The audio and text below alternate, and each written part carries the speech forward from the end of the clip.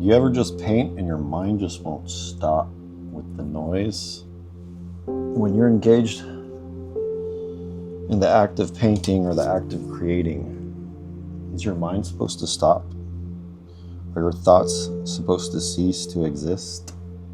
It's just always noisy in my head all the time. I try my best to not get involved with the thoughts, but it's very difficult sometimes. It just keeps on coming. And the more I try to not get involved, the more I get involved, which is kind of ironic.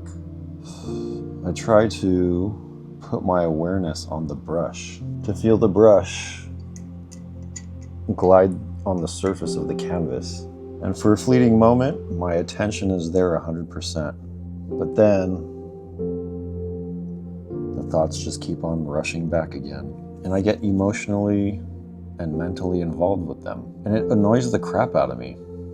It really does. Sometimes I just wish it was quiet, but what if it is quiet 100%?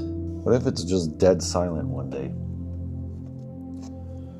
One day you get up and there's no thoughts, no emotions, nothing. You're just still inside. I wouldn't say dead, but just still. Is that what art is supposed to achieve? To make you feel still? At times I do feel still, but it's a very short amount of time. It's very fleeting.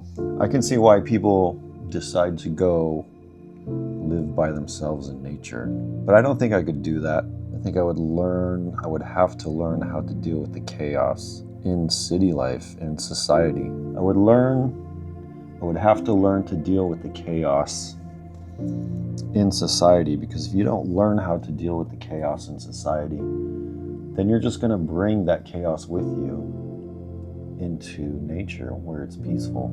Is it possible to be peaceful in nature? That's hard to tell. Is it possible to be peaceful in society? For the most part, people are peaceful, right? But I don't mean peaceful like, you're not causing violence or harm to anybody. I'm just talking about the emotional and mental state of everyday life that we experience in everyday life. The constant drone noise of thoughts that are always there. That's the type of chaos that I'm trying to get rid of and achieve peace. I try to watch the drama as best I can, as if it's just happening on a screen. But it's difficult. It's very difficult to not get involved, to not become the character in the play of your mind. When you go to the movies, you kind of get sucked in to the movie emotionally and mentally. You can feel the movie, especially when it's done. You can feel the effects of it. Getting so immersed in the story, so involved, especially if it's a good movie. Yeah, so the goal, to just be a spectator to the flow of thoughts in my mind. To be a spectator in the flow of emotions that I feel. To be a spectator in the physical sensation I feel with my body. And see which part is playing out in any given moment, is the dominant part that is being played out in any given moment. I would say if there was any type of significance in religion, that would be it. How to be a spectator, how to be an audience in the theater of your own mind.